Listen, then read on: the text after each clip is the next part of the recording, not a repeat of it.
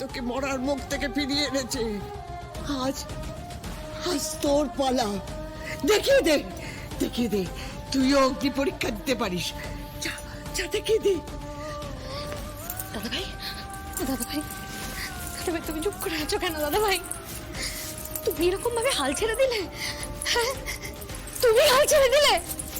কিছু না কিছু তো একটা উপায় নিশ্চয়ই থাকবে, থাকবে না? বলো না, বলো না। এটা তো হতে পারে না, এটা তো হতে পারে না দাদা ভাই, এটা তো হতে পারে না।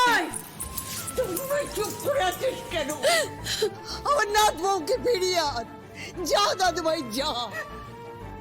ফিরিয়ে তো আনতেই হবে। একটা উপায় আছে ফিরে আসার। এটা শেষ চেষ্টা, সেটা করতে হবে। শেষ চেষ্টাটা করতে হবে। আরে উপায় আছে যখন, তাহলে দাঁড়িয়ে আছিস কেন তুই? তুমি এভাবে আমাদের সবাইকে একলা ফেলে চলে যেতে পারো না। আমি তোমাকে ফিরিয়ে আনবই। একটা শেষ চেষ্টা আমাকে করতে দাও প্লিজ। এটাই হয়তো তুমি ফিরে আসবে।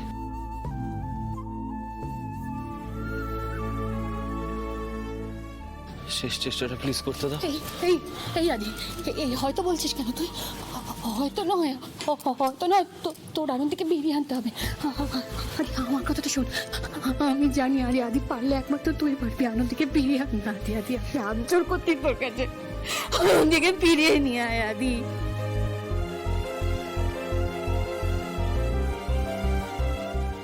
মা দুর্গাকে ডাকো। আমাদের বাড়ি মা দুর্গা খুব জাগ্রত। আমার এই নাথ বই তো সেই মাকে জাগিয়েছিল। ওই মাকে আজ আমার নাথ বউকে ফিরিয়ে দিতে হবে। ডাকো, সবাই মিলে মা দুর্গাকে ডাকো। জয় মা, জয় মা।